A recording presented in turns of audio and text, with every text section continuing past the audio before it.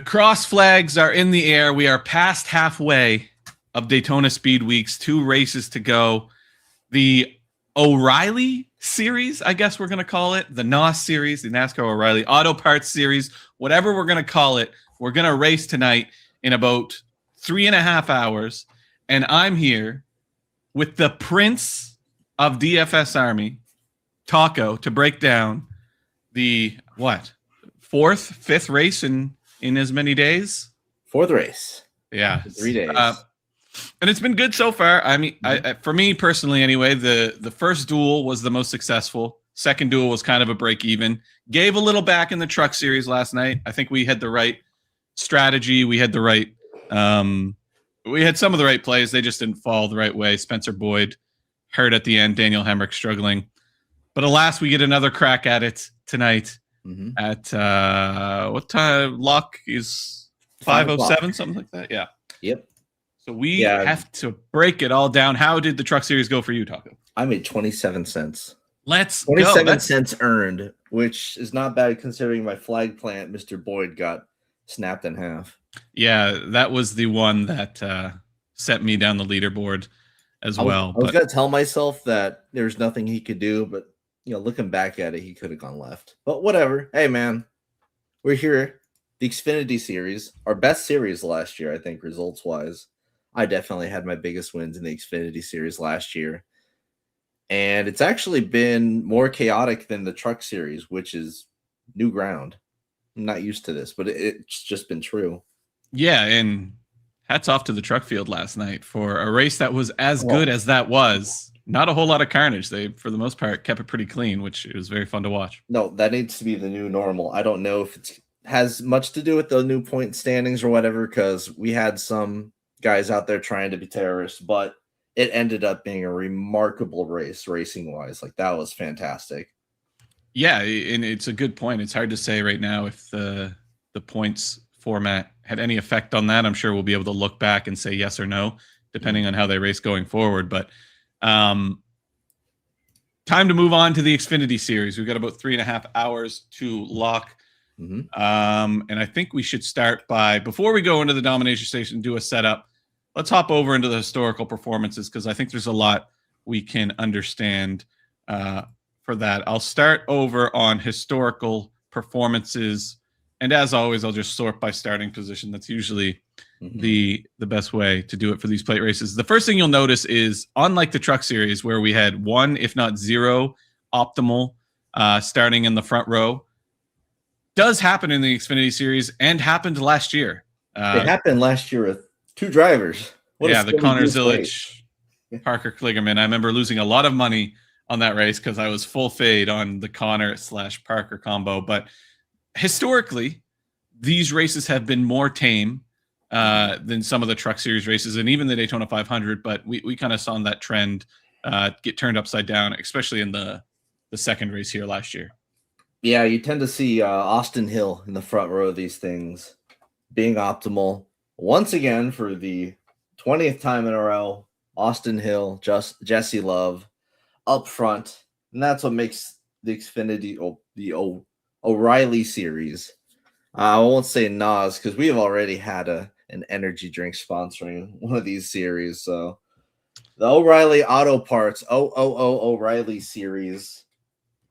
So what makes it different than the other 2 series, because we have one manufacturer with 2 cars out there that clearly have a Dale Jr. level edge on the field. And that's something that's missing from the trucks and the Cup series.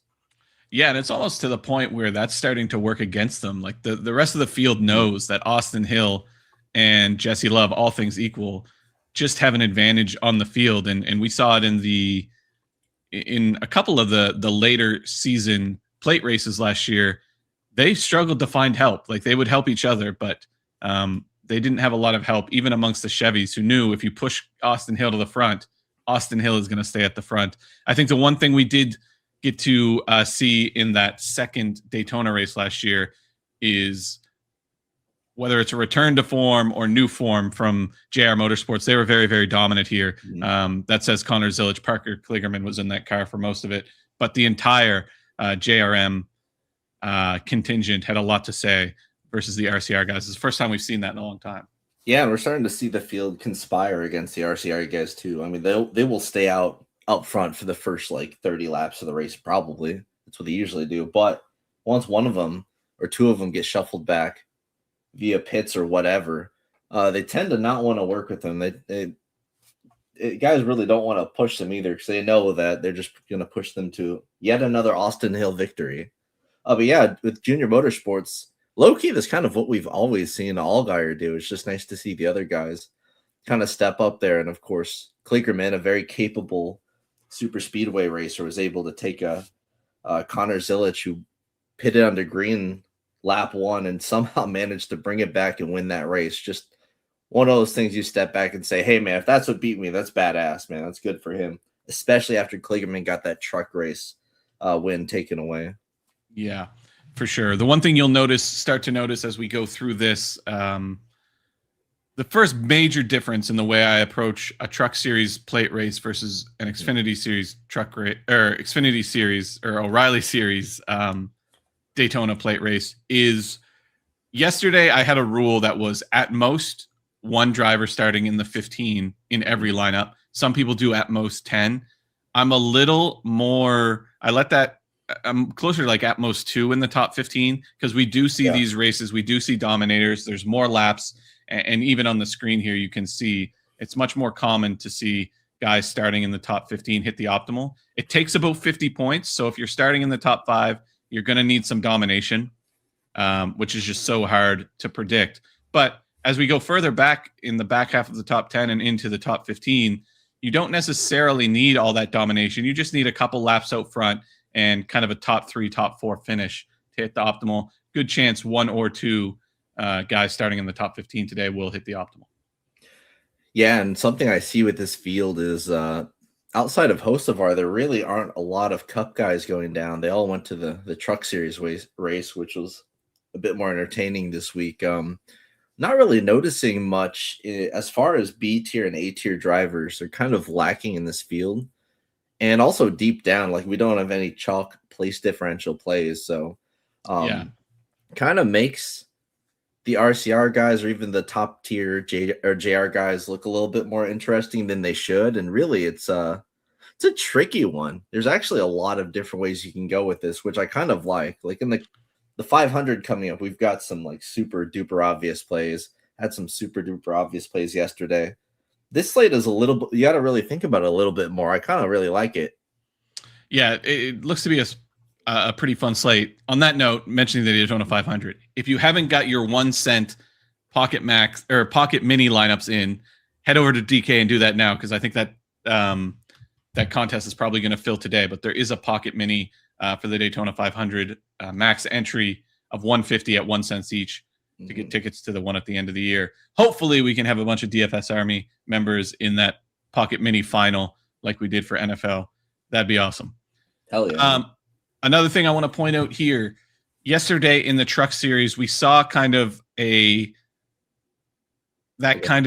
back half of the top 20 in the 20s were the optimal. In the Xfinity Series, it's pretty linear. The farther back you start, the more points you tend to score, but it is more condensed. It isn't as big as delta from your average fantasy points starting 1st to 5th versus your average fantasy points starting 36th to 40th. But it is more linear, but less spread out, I guess is the way to put it. I think the most telling thing on this chart is so there's just a few more laps than there were in the truck race, but for the most part, you need to get about 50 fantasy points to really be in contention, be in the winning lineup. Look at the 50 fantasy point rate from really 1st through 30th. It's the same. Yeah. That's the key difference here because in the Truck Series and the Cup Series, those guys starting up in the very front almost never made it. So those numbers are pretty much entirely carried by the RCR guys. But yeah, also we've seen in the past sometimes this race maybe not necessarily goes green, but we've seen the top like 10 guys who are usually like your actual like really good plate racers, just strong cars, kind of form a single file and just kind of run out there by themselves behind a pretty solid leader. Yeah, and this is a great piece of maybe advice isn't the right word, but it's a great baseline when you're setting lineups and you're doing 150 lineup runs. A nameless, faceless driver starting first to fifth will hit 50.12% of the time. So that becomes your baseline for if you don't have ownership projections or this, that. A nameless, faceless drivers will score 50 points, which is about enough to get in the optimal at Daytona 12% of the time. So your baseline should be 12%. And then you can start to research, do I want to be over that or under that? And then you can start to layer in ownership projections. And that's a good way to find your leverage. But just as a baseline, if you take all the stats, the track history away, if you look at a guy and he's starting 21st to 25th, you know he's going to hit the optimal 16% of the time. And that can become your baseline. It can kind of help you when you're trying to narrow down those ownership percentages. Yeah, you want to go to the other tab real quick and just see what the lowest scoring optimals were. Yeah, so let's sort by DK points first and then optimal. So if we go all the way to the bottom, 47. And the thing is, the difference between the highest and lowest scoring fantasy points in the optimal is pretty negligible. Yeah, it's 78 to 47, which is probably the lowest we see at any track. Mm-hmm. So you really want to shoot for that 50-point threshold and think about that with everyone here. Yeah. So much more tolerable to play guys starting in the top 10, top 15 for sure. And a lot of the times you'll see two guys hitting the optimal. So with that in mind, let's go over to the domination station available at dfsarmy.com. If you're not a DFS Army member, then this isn't going to help you very much. But you can become a DFS Army member by clicking the link in the bio or going to dfsarmy.com/NASCAR. Get signed up, gets you access to all the tools, including the domination station that we'll use today and the Discord where we talk about this stuff all day, every day. And you can use code Daytona26 for 20% off your subscription. Both that in mind. 150 lineups. You're going to want to go tournament mode again. It's going to look similar to yesterday, maybe a touch less randomization, and then that at most 2 dominators. So maybe maybe like 16%, 15%, something like that. Let's go 16%. And for a 150 run, are you doing 1 or 2 uniques? I'll run 2. I think 2 is uniques, fine. Fair enough. Yeah, and then you want to go to domination tracking. Just a note here, I think, Taco, you have the top 10 marked as dominators? It's 15. Top 15. So if that's the case, I'm going to do... Are you doing at least or at most 2? Definitely not at least 2. That would be crazy. Yeah, that's what I was going to say. At most 2, certainly. Yeah, that would be the run there. And then I guess just real quick, how do you feel about making a player grouping, limiting Hill and Love to just one of the two? Seems like one of the two, or it's pretty much always just one of the two. I think only like once we've seen them both do it. You don't have to make it a hard rule. If you're making 150 lineups, you can maybe stack between 0-1 of both of them in like 120 and maybe allow for them together in a couple or just split them up permanently. How you feel about that rule? Yeah, that's probably fair. And I don't even hate doing that for like, you could put Jesse Love, Austin Hill, Sam Mayer, Sawalich, Corey Day all in there just to avoid getting 2 guys starting in the top 5 in a lineup. Mm-hmm. And yeah, do that in like 100 to 120 of your lineups. Let 30 to 50 of your lineups run free. But I usually do something similar to that. Or I'll go through here and just pick guys that I really don't think are going to dominate and make sure that they're not showing up too much or taking them out altogether. But we'll get into that when we go. But yeah, that's basically it. It's 15 to 20% randomization. 20 would be the upper echelon you want to go. Yeah. 2 uniques or 1 unique is fine. 2 unique probably gets you a better distribution of players, helps you with your ownership projections and getting those dialed in. Tournament mode. And then, yeah, definitely if you want to do a player grouping, make sure you only have 1 guy starting in the top 5 in every lineup. That's fine. And then at most 2 players starting in the top 15. If you want to bring that down to the top 10, you just have to go into the dominator section and on check the other guys starting in the top 15 and bring that down to the top 10. With all that in mind, we can probably get into the driver by driver breakdown now. And I think the best way to do that is start up top. Yesterday, we were able to get through the top 10 really quickly. don't think we should do that here. We should probably go driver by driver, because I do think there are some interesting talking points, and it all starts with the front row. Austin Hill and Jesse Love have been uber dominant on plate tracks. We saw a bit of a regression to that last year, mostly because, as you said earlier, the field is starting to conspire against these two. And if you push Austin Hill or Jesse Love to the front of the field, they are probably going to stay at the front of the field. So they really need to work together. They won't have much help in this field, presumably. Yeah, and I think my pick of these two guys is certainly Love. I think Hill is a bigger target on his back because he's a fucking asshole. So I think people are way more likely to help Love than Hill, even though he just won the championship. Nice guy. And he's been more consistent. He's been able to avoid the wrecks here a bit more recently compared to Hill. And also, Austin Hill mentioned that it seems like every single time he wins the pole here, Love wins the race. So not that there's anything to that. It's just, I like Love personally. I think Hill's going to be just a touch more owned. He has like way more wins at this track type than Love. But since Love has joined RCR, he's been like right there alongside Hill. And leading exactly as many laps pretty much. Yeah, performance-wise, they're very similar. And I would argue, Austin Hill gets kind of labeled as the king of the plate races in this series, but a lot of that has manifested on Talladega and Atlanta much more than it has Daytona. Mm-hmm. He did win 3 Daytona races here in a row, or at least start of the year February races in a row, dating back to 2024. But since then, it's been pretty tough. And even then, those weren't dominant wins. A couple of them were, but the real outright domination has come at Talladega and Atlanta. Talladega, where there's a little bit more room to maneuver. Atlanta, where handling matters a lot more. Daytona can be very easy to get stuck in line. So I will be underweight on both these guys. I'm happy to let these guys beat me. That's been kind of my MO for these races for the last couple years. But it does stink when Austin Hill gets up front with Jesse Love right behind him and the whole field gets pulled to the wall.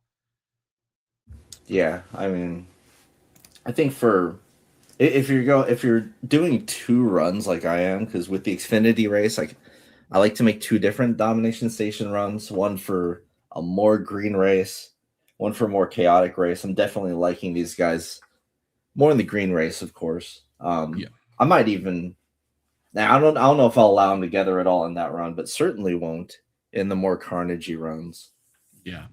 Angelo, thoughts on Max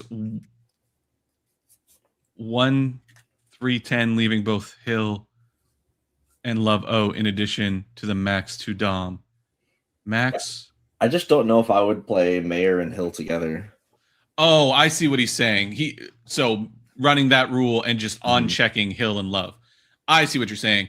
I definitely don't mind it. That's very much more my style, the way I like to approach these. But it's an aggressive kind of win it all or lose it all method. So it depends where your entry or where your risk tolerance is. If you're happy to put in your entry free, and if Hill and Love go out there and dominate, you're going to lose most of them. If you're cool with that, then I love that idea. I love those full fade big stands, but I think the smarter idea is to get a little exposure to both of them no matter what. Yeah, I'm kind of right there with you. Starting 3rd place, Sam Mayer. I don't think he has any plate track wins, but he does have some good runs. Certainly a guy you don't want to uncheck, but not a guy I'm looking to get any leverage on and won't be playing too much of. Yeah, I mean, it's good for him that he's not in a Ford anymore, because it's like he got the last ship out of Nam with that. We will be talking about some Fords later, but as you can see here, salary-wise, I think the top 9 guys are Chevys. So being in a Chevy is kind of a good spot to be in this race, just out of sheer numbers. Yeah, absolutely. William Sawalich, he starts 4th place, hasn't had much success on plate tracks, just kind of getting started in his career, probably mostly a full fade. That being said, I haven't decided whether it's going to be Sawalich or Brent Cruz, and I'm kind of leaning Brent Cruz, but I do think one of these 2 guys will break out this year and have a very, very good season. Sawalich looked really good towards the end of last season, and Brent Cruz is a bit of an alien. I think he's going to be really, really good towards the end of the year as well, but not this week. Yeah, I mean, it's gonna be like track type dependent. It's gonna be maybe like a road course. Sawallich could do all right. He did really well at Sonoma and Portland. Yeah, I think these guys, it's hard to even look at what he did last year and make any assumptions. When you're 18, you improve at everything so much. So we know he's going to have one of the best cars in the field every week. And I think Sawallich is going to be good, but not looking to play him too much this week.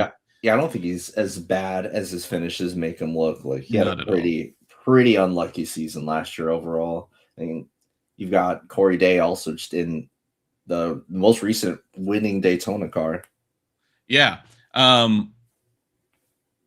Would you play Love and Hill together, or is that a bad idea? I don't think I've ever played Love and Hill together, and I don't think it's been optimal one time. It's been optimal one time. So like at Talladega, that was gotcha. It. So it's not a bad idea. It's happened before, but just not the way I like to attack these slates. A lot of things need to happen for that to hit. And even I suspect they didn't start 1-2 when they both went optimal at Talladega, did they? Maybe they did. I think they did. Yeah, they tend to start 1-2. But anyway, it's not a bad idea if you think those guys will just kind of dominate the race, similar to what we saw with McDowell and Hocevar early in the truck race. They would also need to split the lead laps and not have them go overwhelmingly to one or another, which you can't really guarantee. Yeah, it's hard to predict. A lot that needs to fall into place for that to work. That's why I like just picking one. Yeah, not a bad idea by any means, but not the way I like to attack these slates. You were talking about Corey Day, another guy that I think is going to have a very big season. I'm still a very big Corey Day believer. You saw it on kind of some of the flatter, shorter tracks last year. His long run pace was pretty remarkable. It's everything else that he still needs to get better at, and I think he will. But starting fifth here, not super excited to play him. No, it's not. It's his first Xfinity Series super speedway race. I don't know. He needs a lot of time to grow still. Yeah, just a carnage play, maybe get a couple shares of him just for fun. I don't think I'll have any. Yeah, it's fair enough. Are they really going to be near 30%, even though both are good? That still feels high from 1 and 2.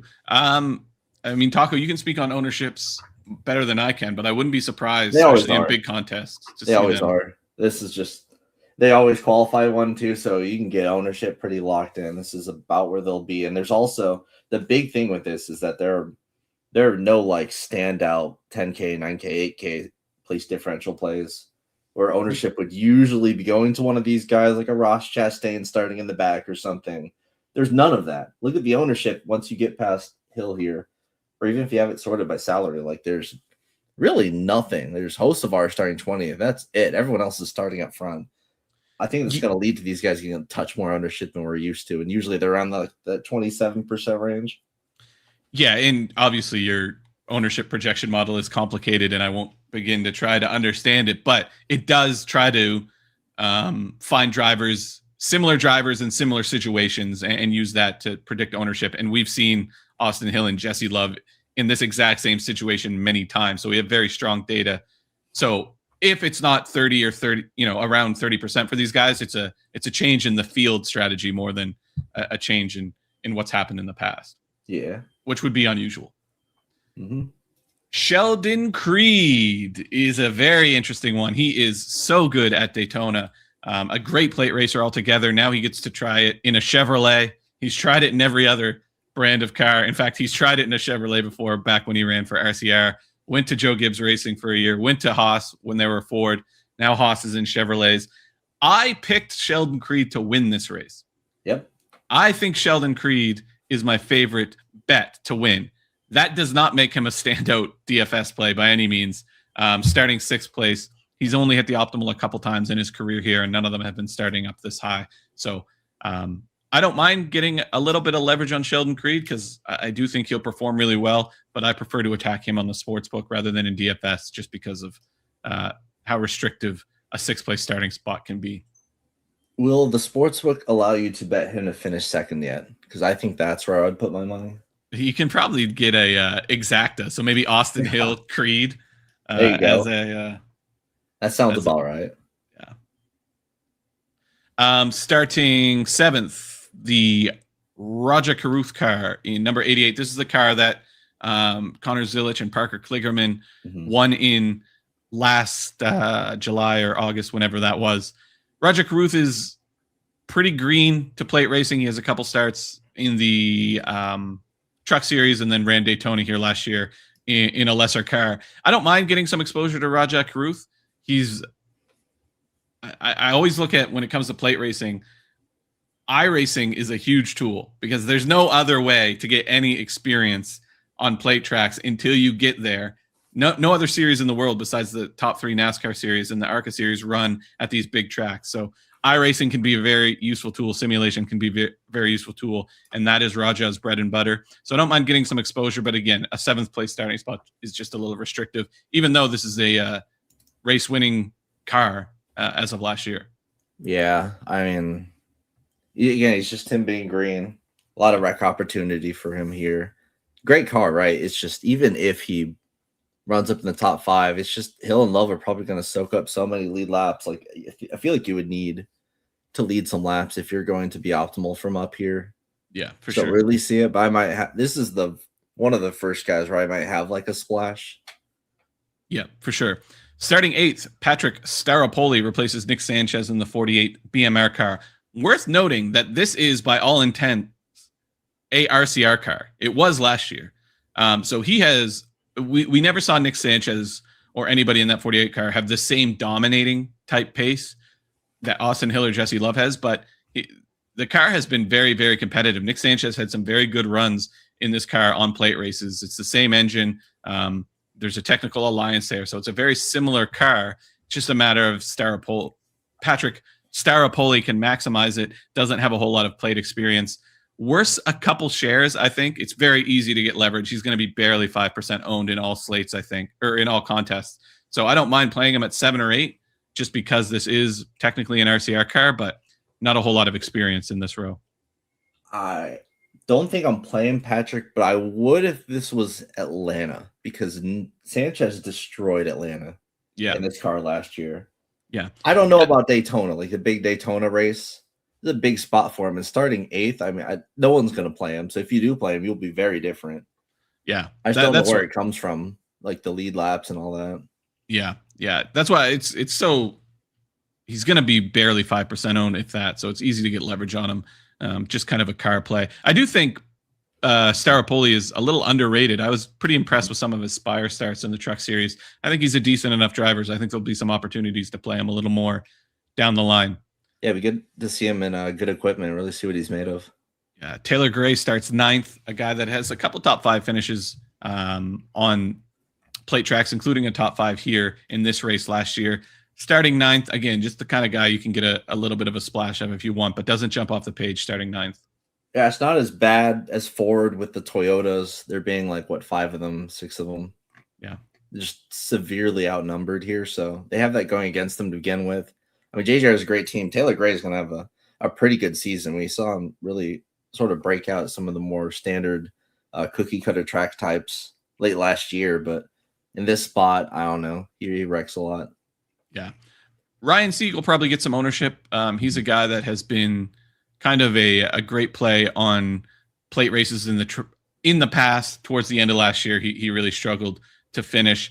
This is just too high of a starting spot for him. I think Ryan Sieg is a great plate driver, but not enough to maximize a 10th place or a 10th place starting spot. Yeah, he actually knows how to find his way up to the front in these races, but he also knows how to find his way to the back. He's wrecked out of his last 4. Yeah, it's with Sieg starting 10th again. Just a little too high. We're gonna say that about a lot of these guys in this range, but this is where we're starting to see the more playable guys. Yeah, run of JRM cars coming up here. Yeah. Worth noting on Ryan Sieg too, manufacturer switch from Ford to Chevrolet too. Could be some gremlins there. Who knows?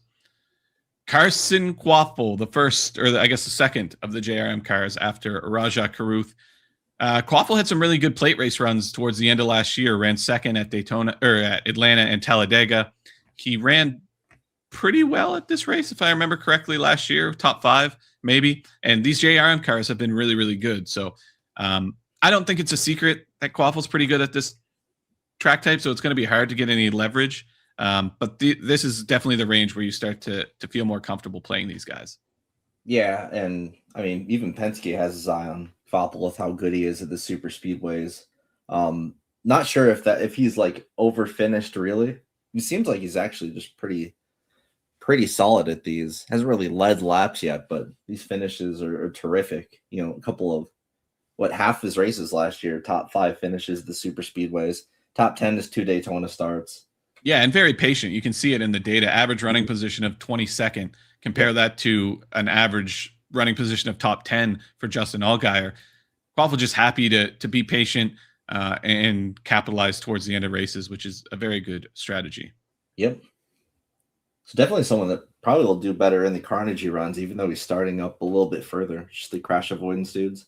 Yeah, for sure. Angelo, slight nod to Quaffle for me, but both are tough to get at a price of 9,100 and 8,800. Yeah, that's fair. Sammy Smith starts right beside Carson Quaffle. Sammy Smith has also had some really solid runs. I don't know if this is necessarily a nod to their plate racing ability or just an example of how good these JRM cars have been as of late on plate races, but he has had some great finishes, including a runner-up second place finish here at this race at Daytona in the fall. Yeah, another one is just, it's fine to get some exposure to, doesn't jump off the page, but with as good as these JRM cars have been, I find myself trying to at least match the field. Yeah, actually Vegas is giving him odds very similar to Allgaier compared to Kvapil, which is interesting. I guess just the experience there.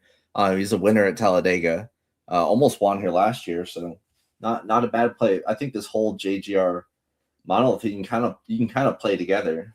Yeah, for sure. And you could, if you want to stack these guys, you certainly can. We saw it in the late race last year. Mm-hmm. That JRM group finished 1, 2, 3 with Carson Quaffle not too far behind in 10th. So you can definitely stack them. What's up, Dixon? How are you? Good to see you on a Valentine's Saturday. It's a crazy comment. Justin Allgaier will be the first guy outside of Hill and Love to be played over 15%, I suspect. He's been rock solid on plate racing, just a really good decision maker, really consistent. You look at his Daytona track history, never crashes out, rarely crashes out, and always kind of finishes towards the front of the field. Again, going to be hard to get leverage on Justin Allgaier because you're probably going to have to play him at like 20, 25% to get any good leverage, but that's been a good play for a lot of years at Daytona. See, unlike Cletus McFarland, he understands the Carson Hocevar advice of if you start the wreck, you're not involved in it. Like, he's got that down. Yeah, absolutely. Which is a good skill to have in Xfinity. I do like Allgaier here, guys starting towards the front. He's definitely the best one of the guys starting in the top 19. Yeah, I agree 100%. I think you can get some exposure to him. And if the JRM cars do come out with speed like they have had, good chance he leads that charge. Exactly. Sammy Smith is a guy I like a decent bit here, priced up, but very solid on restrictions and has the ability to get up front and lead laps as well. Probably won about 2x on the field in my 150. Yeah, that's that's probably what you have to do to get any decent leverage on these guys is, play Sammy at 20 or play Carson at 20. I don't hate that at all. Yeah, I just think of this group, the nod does slightly go to Allgaier because if these guys are running together and you're running a stack of them, he will most likely be the guy up front. Yeah, absolutely. Blaine Perkins starts 14th, just starting a little too high to get excited about. But Blaine Perkins has been really good on plate tracks. It's just not good enough to pay off a 14th starting spot. Yeah, because what would it take to get to like 50 fantasy points from here? It'd be like probably like an 8th or something. No, it'd be like a top 5. Yeah, top 5. Which I don't see from Perkins, unfortunately.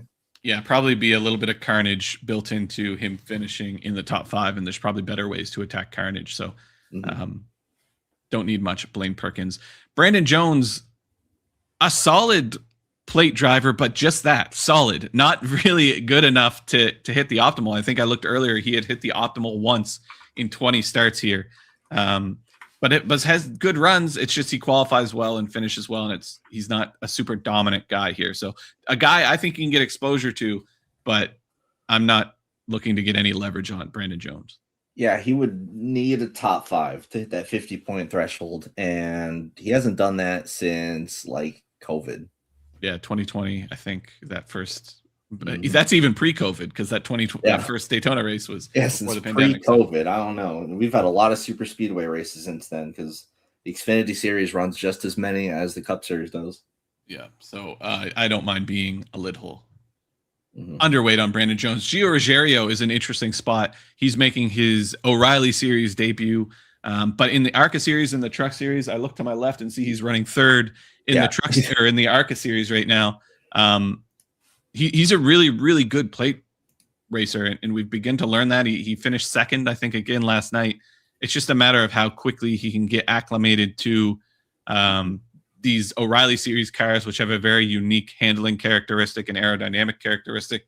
And Toyotas are a little outnumbered by the Chevrolets here, which also hurts them.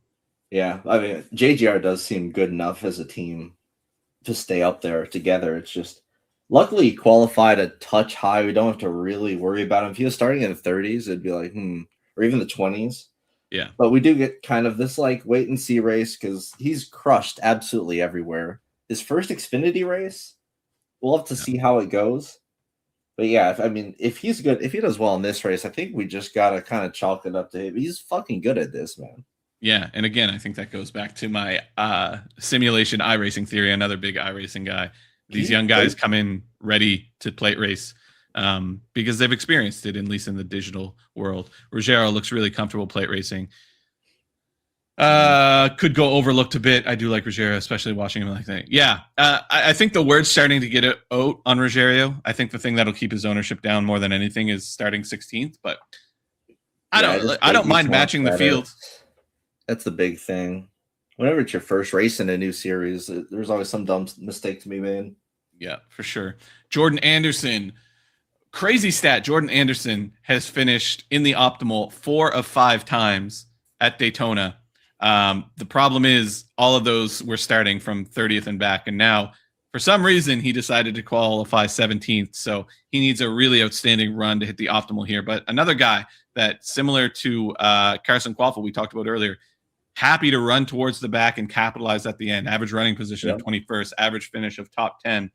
A top 10 finish is not quite enough, but still not a line killer. So I do think you can get some exposure to Jordan Anderson, but I think his odds of hitting the optimal are probably 15% or less. So I don't think I'll have leverage on him. Yeah, see, he was like the ultimate cash game play because who cares just as much as you about not wrecking the guy that owns the car. Yeah. He's driving his own car. He tends to take care of it a little better. So Jordan Anderson's always played this thing really smart. He's pretty good at super speedways just in general. Starting 17th, he's not out of play here, even though he did overqualify. He's not that free 40% owned 33rd starting guy this week, and that's cool. Good I hope he gets a good finish out there. I'll probably match the field, or maybe even. No, I'll probably just match the field if it's 15%. That's probably what I'm going to target as well. A very similar play right behind him in Dean Thomas, another guy that has a very good plate race track record, but an entirely different strategy. You look at his average running position. He goes up front and stays up front. Yep. And that's what he'll look to do. So that comes with a little bit of a higher risk.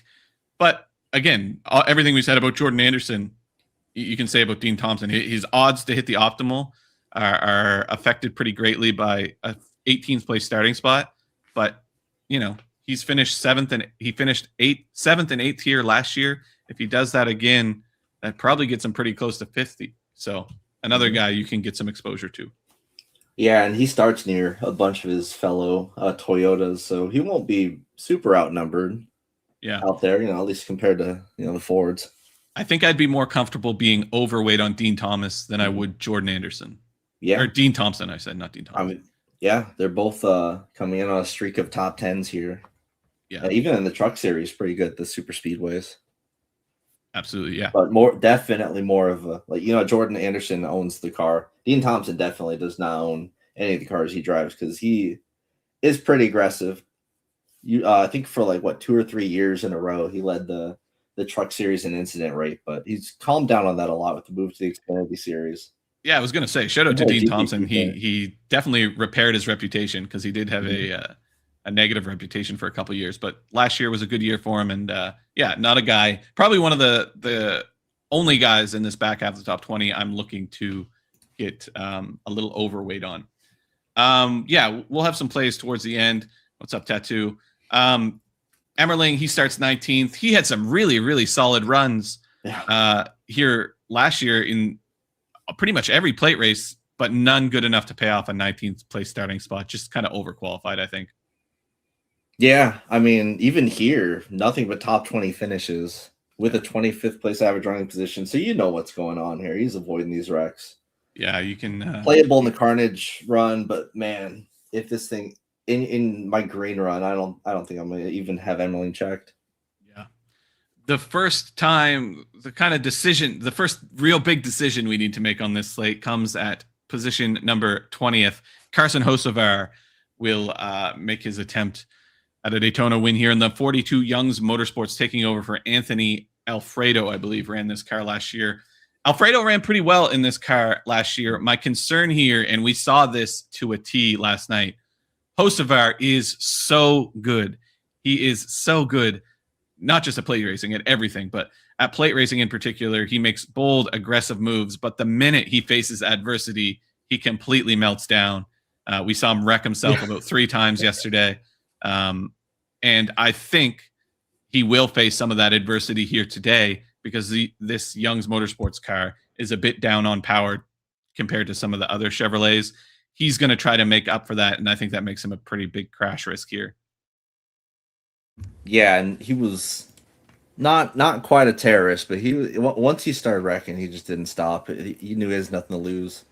Yeah, I mean, Hocevar in an exhibition race kind of is who he's gonna be. We haven't seen him in Xfinity much. I think he raced for Colleague at Iowa and did pretty well. Yeah, and he had a couple starts for Spire a couple years ago, but yeah, I think he's going to be more owned than he ought to be. I think a lot of people see the Carson Hocevar name and lock him, but this car is down on power a little bit compared to the other Chevrolets around him.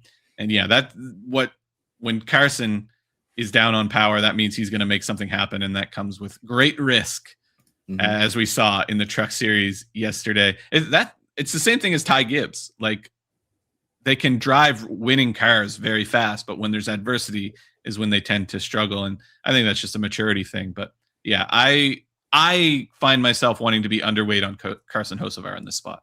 Oh, me too. Especially from a salary standpoint, there really isn't anywhere to spend your salary on this slate. Most of the expensive guys are pretty bad. That's why I anticipate Hill and Love being a bit more popular than usual, because you're leaving thousands and thousands and thousands on the table, which I'm cool with, but I don't know if a lot of people will be. They see Hocevar and they're like, okay, well, this is like the one guy above 8K who's actually starting like 20th or worse, and he's just starting 20th. Everyone else in this range starting up super high. It's one of the things that makes this a weird slate to hand build. The hand builders all going to do it wrong. Yeah. So I don't mind being underweight. Surely Anthony Alfredo is sponsored by Olive Garden. I think they did. I wasn't Olive Garden, but he did have like a pasta or something sponsorship. But I think he's sponsored by Dude Wipes, as a matter of fact. So good marketing there. Mason Maggio starts 21st. There's not much here. This is about where he has finished. He would need a real outlier or a real Carnage type of race to hit value here. Yeah, just one quick thing about Hocevar real fast. Right now, updated odds, he's tied for third favorite with a bunch of other guys at 11-1, with Hill and Love, of course, at 4 and 5 each. But I mean, that's got to be like an overpricing situation, right? Like, why is Vegas giving this guy the third favorite odds in a Young's Motorsports car? Yeah, the only thing I can think of is maybe they got some help from Spire, but this is the same crew chief that generally crew chiefs this car. It's the same crew. So I don't think so. It's Daytona. It's Carson Hocevar. Anything could happen, but maybe he's just getting bet by silly people. I think in another situation, I think Carson Hocevar is another play. I just think he's going to be too high owned, and you're going to have to play him at like 30%, 35% to get leverage on him. And I don't think he hits the optimal anywhere near 30%. Yeah, I mean, what he needs like an eighth, top 8. Yeah. Yeah. I don't think he does that a quarter of the time. I think he wrecks out like 50% of the time. Yeah, I'm with you. But hey, sometimes the roulette wheel lands on green. So if you want to make a stand on Hocevar, I don't blame you at all. Jeb Burton will start 22nd. I don't mind Jeb Burton here. The problem with Jeb Burton, and you can see it in this track history over here, is he starts 15th, he runs 15th, and he finishes 15th. Yeah. You know, like, so there's just, we've seen him have really solid plate race runs at Atlanta and Talladega. We've never really seen it, or at least haven't seen it for years at Daytona. He'll be a popular play. He looked good in practice. He had good pace, and we've seen him lead these races. It's just a matter of, can he kind of break the 15th place curse that he seems to have going for himself right now?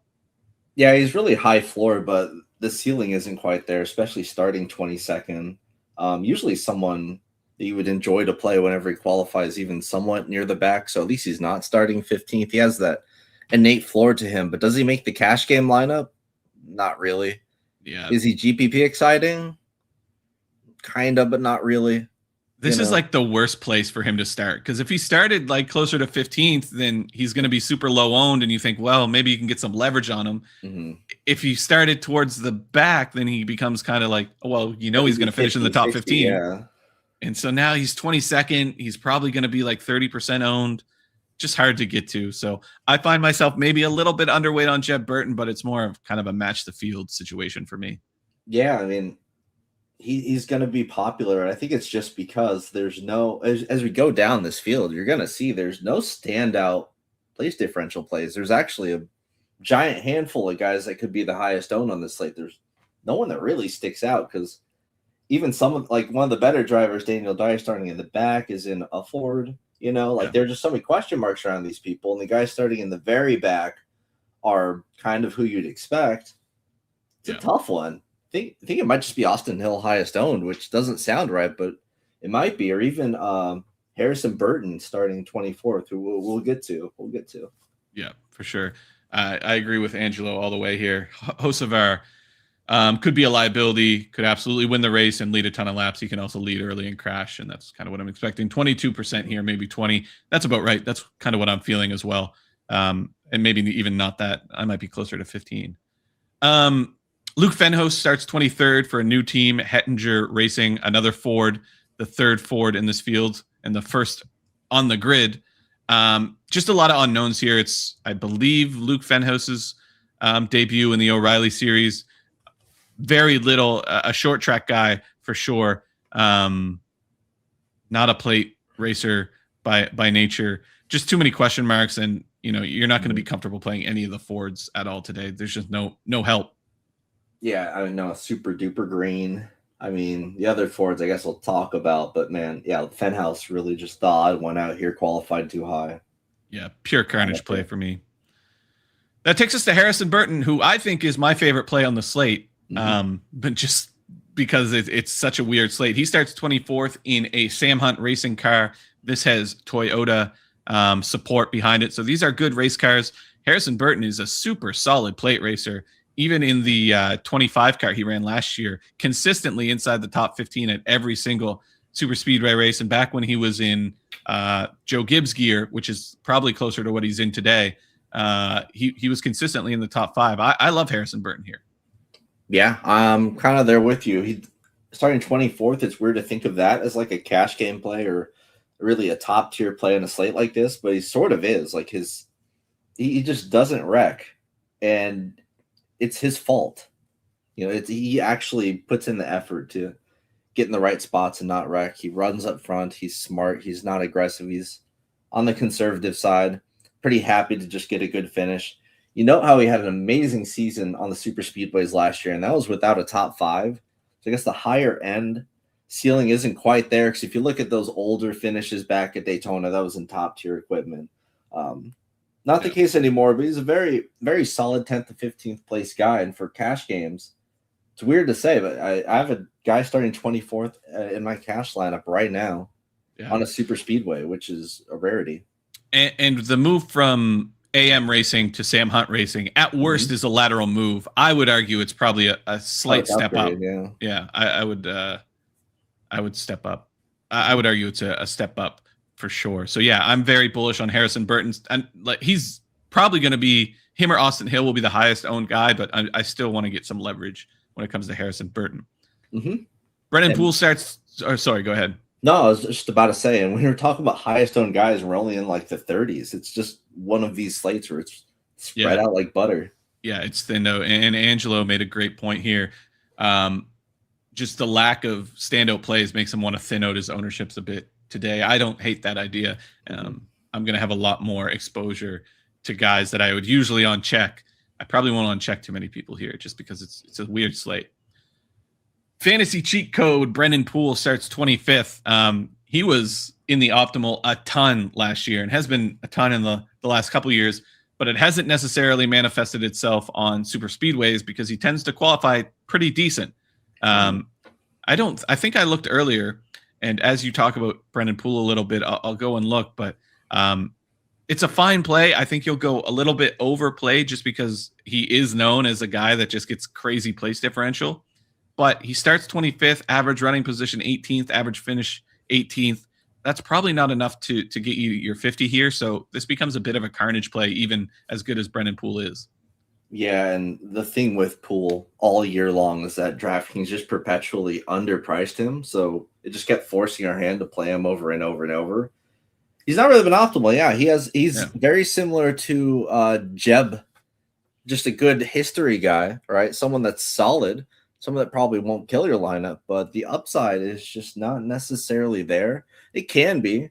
Like he's, going to be one of the better just pure carnage plays because of his crash avoidance. And we have seen him get the random top 5 or whatever. Those are like at actual tracks. It's funny that we haven't seen that at these super speedways necessarily. But he's a grinder that's going to put his nose down. He was running well enough last year to where he may be thinking about points. He's probably right on that threshold, probably on the other side where he's still going to be a long shot to make the chase and what have you. But I mean, he was almost there last year. So I think he'll just be happy to go out there, take his 14th place finish or whatever, score decently, not ruin your lineup, but probably also not be an optimal. Yeah, a high floor guy. So not going to ruin your lineup. So not an uncheck and not a guy I want to be super, super underweight on, but a guy that I probably won't get up to 24 or 25% on. Shout out Gio Ruggiero, just won the ARCA race. So another feather in the cap of Giovanni Ruggiero. Are we becoming truthers in real time? It could. Man. He's just really good at plate racing. I don't know what it is. I think it's all those ARCA or all those iRacing starts. All right, ready for leverage time? Yeah, here we can start talking about a little bit of leverage as Anthony Alfredo. Let me check what he is. Do you know what he is on the app right now? Does he have the number next to him or does he have out? I gotta go look. Are you talking about Ruggiero? No. Alfredo, who we're about to talk about. Oh, what are you looking for? If he on DraftKings, I got it. Let me pull it up here. He is currently. I think they got him. No, he doesn't. Yeah, they don't have him. Okay, this is sick. He does not have a number next to his name. He is starting this race. He is an insane leverage play. This is the best play on the slate. Why does he not have a position on DraftKings? Because he didn't make the race, but he's swapped. He's not in the 96. He's in the 4 of Caesar Baccarelli. I see. I didn't recognize that. Yeah, that's very interesting. So they bought the seat from whoever. Very interesting. This is a great leverage spot. Anthony Alfredo is a decent plate driver, and he brings a lot of sponsorship. So the gear tends to be pretty good. He starts 26th. Had a rough go towards the end of the season last year, but has had plenty of top 15 runs on plate races. Very capable driver, and that Caesar Baccarella number 4 car isn't the best, but it's certainly capable and a very good play if you're going to get free leverage and a little bit of carnage. Yeah, I think I will knock down this ownership projection of 20% right now because that would be if the number was in the app. But the number not being in the app, I think that dropped to 15. Yeah, very interesting. What are you going to knock it? It won't update on my sheet because I got a copy. What are you going to knock it down to? Oh, like 15, I'll just put probably. 15 just for, but yeah, definitely a guy you can get some leverage on. A bit of a scary play because that number 4 car isn't the best, and Anthony Alfredo is a bit of a crash risk, but you got to take advantage of all the free leverage you can get. And if he's not going to have a place in many hand builds, then definitely going to get some free leverage on him. Yep. Definitely got to be better in like your single entries and whatnot. Another play I really, really love starting 27th. That's Parker Retzlaff in the 99 Viking car, taking over for Matt DiBenedetto, who had some pretty solid runs in this Viking car last year. And Parker Retzlaff is a really great driver. We saw him almost win a Cup Series race at Talladega or Daytona. I don't remember which one it was, last year or the year before. Really solid driver. Finished 7th at Talladega last year. Had a streak of top 6 finishes here back in these Jordan Anderson racing days. And this equipment is decent enough. So I really, really like getting some leverage on Parker Retzlaff. Yeah, and yeah, it's been the tale of 2 Retzlaffs, right? He starts out of this world piping hot form, and he's wrecked out 3 times in a row. So the truth probably somewhere more in the middle. Parker's a good dude, good racer, obviously pretty aggressive. He's not going to wreck this many times without being at least a little bit aggressive. But big sim guy, and like you said earlier, not much more practice you could do in the draft besides going out and simming a bunch. That's why he gets these top 10 finishes. This is, perfect GPP, high upside, low downside play. Yeah. And we saw this car do pretty good with DiBenedetto last year. Is capable of pushing towards the front of these super speedways. I'm just looking to my left and watching Gio Ruggiero do his interview. He's just handsome. a handsome, serious guy. Yeah. Just no smile. My ownership percentage is just going up one by one as I'm getting distracted here as well. Yeah. I don't know. I got to be careful. We will, as we get towards the end here, we'll start to speed up a little. Nicholas Sanchez, he starts 28th. He'll be a very popular play. I'm nervous about this play. Obviously, he's moving to a Ford. There's only 3 Fords in this field. This is a deal that, by all accounts, just came together like at the end of last week. So there's not a lot of familiarity here. And I do think his plate track stats are a little boosted by the fact that he was essentially in an RCR car for the last couple of years, or the last year at least. Sanchez lost his ride, I think, in December. This deal just came together last week or the week before. It's a Ford. I think he's going to go over-owned, and I don't mind being underweight on Nicholas Sanchez here. And another situation where you let a guy beat you. Yeah, I'm with you. And also, I feel like his stats overall are very inflated by Atlanta, where his finishes were concentrated at, where he got the win at. Yeah, I don't really like Sanchez much at all, but he's going to be very popular because, again, this lower range here, you're going to see it's pretty weird. Yeah. And this is one of the few big names that you see down here. Yeah. Next in line is Jeremy Clements, just another tough guy to really understand. His ceiling, outside of a random win here a couple of years ago, generally is like a 10th place, but most of the time just kind of runs 18th to 20th, which isn't enough to get your optimal. But save for his last 2 runs at Talladega and Daytona, doesn't really make a lot of mistakes and wreck out of these things either. So maybe not a slate breaking play, but kind of a high floor, low ceiling type of play that maybe you just try to match the field on. Yeah, Clements has been very unlucky. He had a horrifyingly bad luck year last year. It kind of felt bad for the guy, but we have seen him win here way back when. Actually, not even that long ago, really. Proportionally compared to a lot of these guys with his ownership where he's at, he's someone I would like to be overweight on. Yeah, that's fair. I'll probably match, but you can definitely make a case for being overweight. I just think when you see someone starting 29th, the 30th starting place guy, the guys in the 30s just look way better than the guy starting 29th, but really they're not all that different. They have about the same distance to go. And Jeremy Clements probably has more experience than anybody in this range. He's been around for a very long time. He has more experience than everybody. Yeah, most people in this field. He has more experience than Allgaier. Yeah, is that true?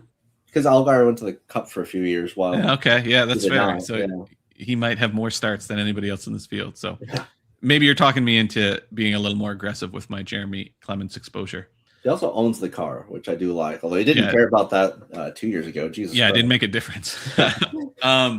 Austin Green starts 30th in kind of a weird position. I am an Austin Green truther. Mm-hmm.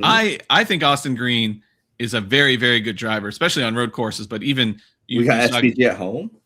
Yeah, you even saw him have some success on ovals. Problem is here, this is his first plate start, as far as I can tell, for a new team that wasn't even able to make the Talladega race. They DNQ'd for the Talladega race last year. So this is a very new team, new driver, just a lot of new. And that's not really what I want to put my money behind. I don't think he did good at ovals. I think he was really bad at ovals from what we saw. Even the shorter ones you'd expect him to be okay at. Like, I think the only semblance of life we saw was at like Martinsville, which is where all the road course guys do well at. I've yet to see him, even look reasonable outside of road courses, so I'll be avoiding him. Maybe, maybe he hangs back. Maybe he's just so frightened he hangs in the very back and gets some finishes that way. I just don't see upside out of that. I really think you got to gun it if you're going to score those 50-plus fantasy points. Yeah. I don't know. He would surprise me. If he beats me, that's fine. That's cool. But this is one of the few guys starting in the 30s that I just don't believe in at all. It kind of is making the slate weird. Yeah. Did win a race, an ARCA race at Charlotte last year. I think that's where my enthusiasm comes from. But yeah, his Xfinity starts were less than stellar. Josh Williams starts 31st. This is a play that I like. I've long been known as a Josh Williams truther. Kind of got put in my place at the start of last year or the start of 2 years ago. Had an opportunity at colleague that didn't work out. But his DGM starts have been pretty good. He's been in this car for a long time. Just a really solid kind of top 20 type of dude with top 10 upside if things get crazy. As far as 30th place starting spots go, I like Josh Williams. I'll probably be a little overweight here. Yeah, me too. It's weird that this is a downgrade in equipment that is low-key an upgrade. Yeah, for whatever reason, he did just not mesh with the colleague cars. No, not at all. He's back home. I like this spot a lot. He's capable of putting some good finishes together. He's going to push. He is capable of pushing. He has experience. Yeah, probably not. I mean, in all plays in this range, to be honest, but will need a little bit of carnage to help him out. He's probably not a guy that's going to drive naturally up into the top 10 or anything. Yep, there will be some. Yeah, I think so. Ryan Ellis starts 32nd. He's been a pretty consistent driver on plate tracks, especially last year, top 20 at almost all of them. He starts 32nd for Young's Motorsports, same car that Carson Hocevar will be in. Fine play. I think Ryan Ellis never really jumps off the page, never really gets talked about on the broadcast, but just kind of grinds out top 20 finishes. And if this race gets carnagey, then certainly has opportunity to run in the top 15 or the top 10. Weird slate. So again, the ownership is pretty spread out. I think you got to get some ownership on Ryan Ellis. I look at a lot of the odds and how they moved from this spot. He did go from 250 to 100, which is interesting. I kind of like seeing that. I suspect that has to do with Carson Hocevar, people making the connection in equipment. Even though the equipment hasn't really changed much or anything, he had a decent practice too. I don't know what to make out of this play. It's another one where I'll be playing him. He starts in the 30s, right? It's just, I think he overfinished a touch last year with these finishes. The 11th at Daytona, obviously, is because he's just one of the guys left. He's not really someone that runs in the top 10 for the most part, but yeah, here you're just getting your raw carnage plays. I'd say he has enough experience now. He's fine. Yeah. Average running position of 24th, which is among the worst in the field. So guy that runs at the back, whether that's by choice or by proxy, but still a decent play. A slight chance at being the most owned guy in the field. Daniel Dye starting 32nd in the last Ford, 3 of 3 for AM Racing. At this point, we're not really worried about manufacturer alliances. It's not like he's going to need help to go from 33rd to 20th. You can kind of just run your race and be in line and do that. So I'm not too worried about manufacturer when it comes to Daniel Dye. He had some really good runs here in the colleague car, or not necessarily at Daytona, but on plate races. Had some top 10s in the colleague car last year. This is definitely a step down in equipment for him, but starting 32nd, a guy with good funding behind him. In AM Motorsports, we know they're not a start and park. I don't mind getting a little overweight on Daniel Dye. This is only Ford. I'm comfortable doing it. He's actually like been all right at Daytona. He's had horrible luck with the finishes. He was solid in the Truck Series. The thing is, if this was the Cup Series, he would be dead. It would be over. 3 Fords, they would come last. Yeah, I don't think it matters as much in the Xfinity Series in this spot, you know?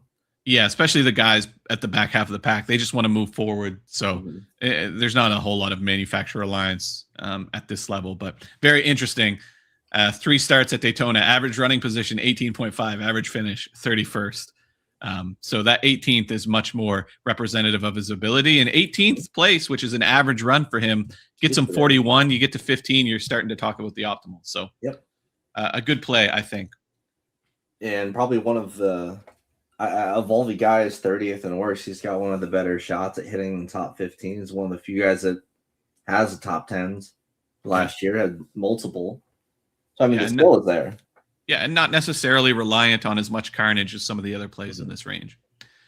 Josh Bilicki will start 34th for SSG in that 07 car. We've seen that car have some decent runs, and we've seen Josh Bilicki have some kind of decent top 20 type runs. Average running position here of 23rd.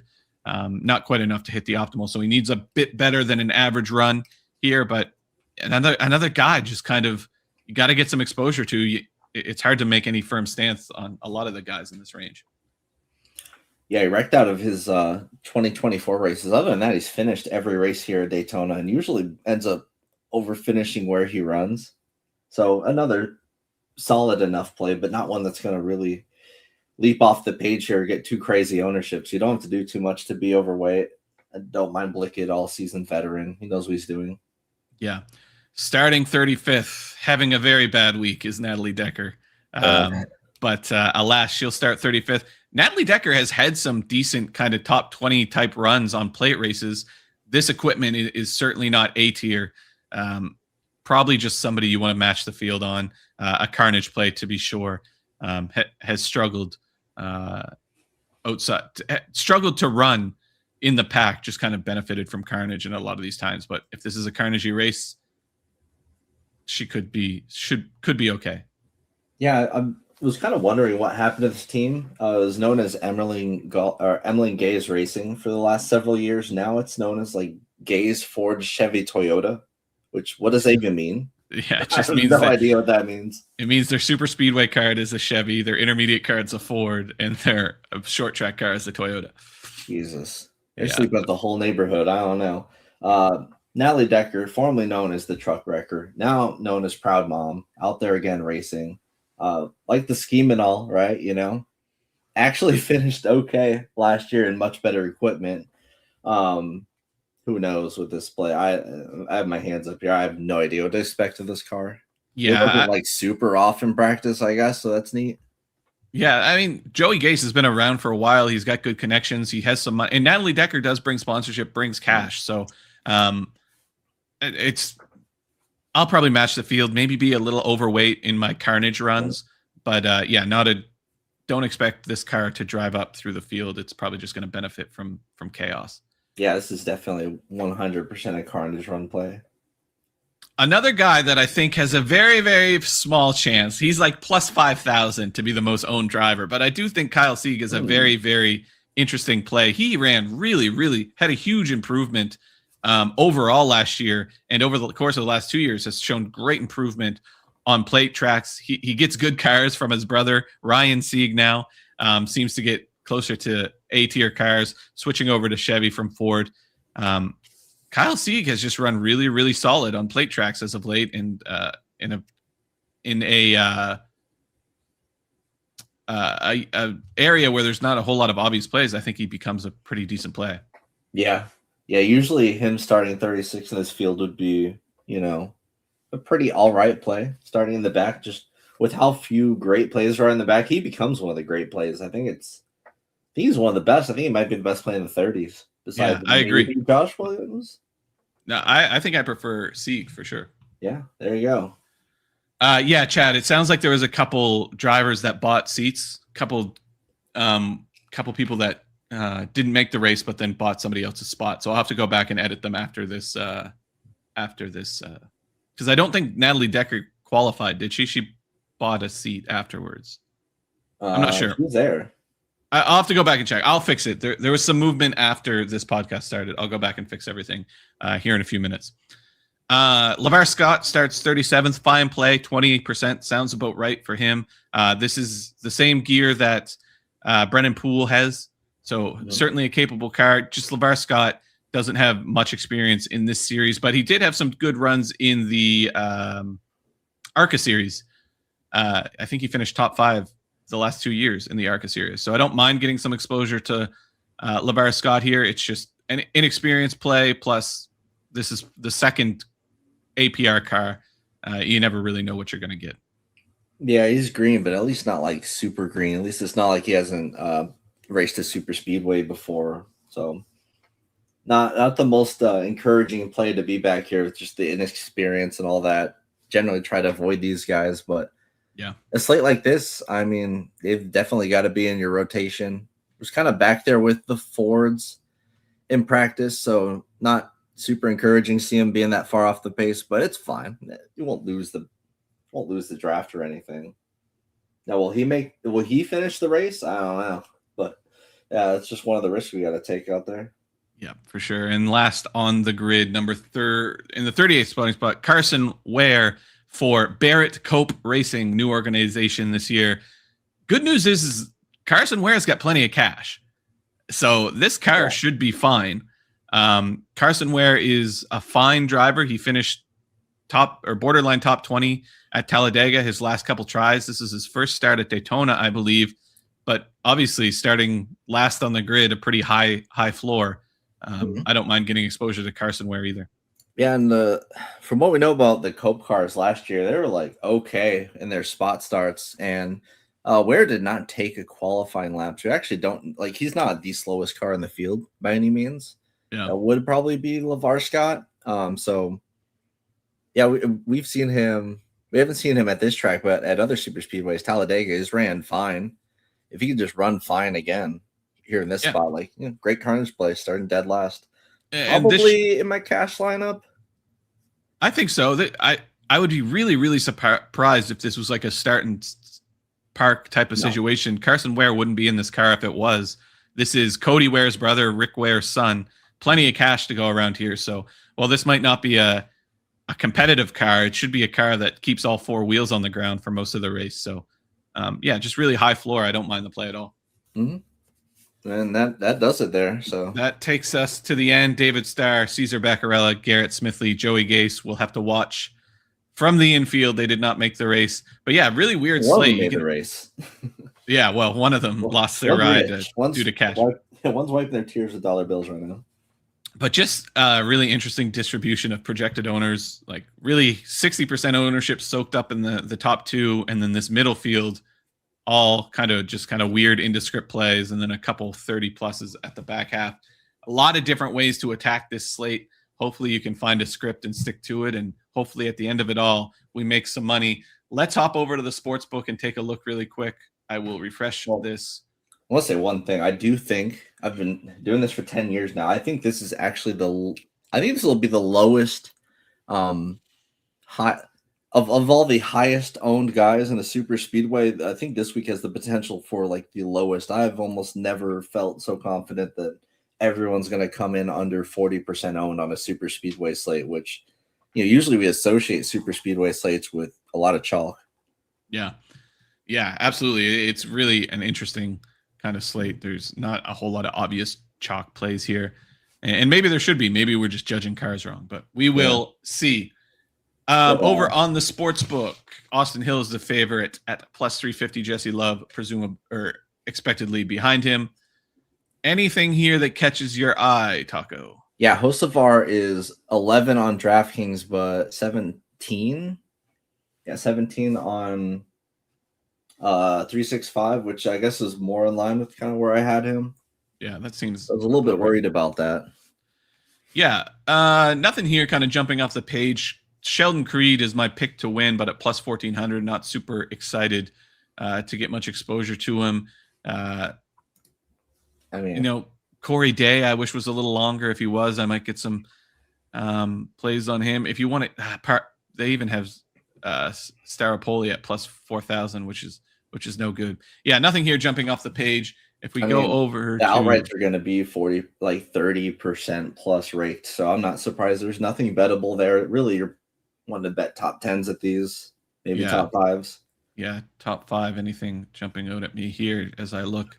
Not really. Is Day capable? I don't know. Maybe Day, and maybe you can find some better odds for Corey Day elsewhere. But yeah, nothing jumping off the page at the sportsbook. But Taco, I didn't get a win pick from you. Oh yeah, it's born Jesse Love.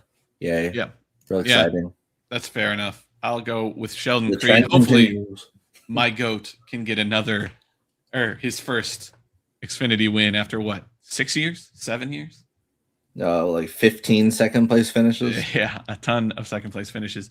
If you're not signed up at DFS Army, you don't have access to all these tools we use. You can go on over to dfsarmy.com/NASCAR. The link is in the description of this video. You can use code Daytona26 and get access to the domination station. You can get access to the cheat sheets where we give our thoughts on every single driver of every single race all year long. And you also get access to the research station that we've been referencing this whole time.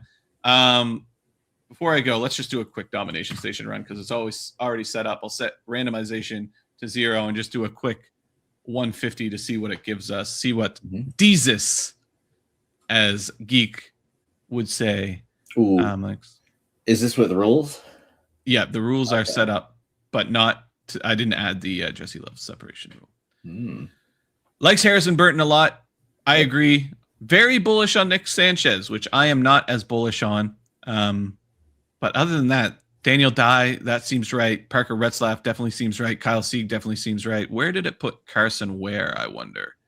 Not as bullish on Carson Ware, so maybe you'd have to go in and bump that up. What did it not use here? Yeah, it didn't have any interest in these kind of middle of the road. Jesus needed to watch the ARCA race, man. Yeah, didn't like Gio Ruggiero. Yeah, definitely we'll need to massage this a little, but luckily we have lots of time to do it. Still 2 hours until lock. Chad, thank you so much for watching.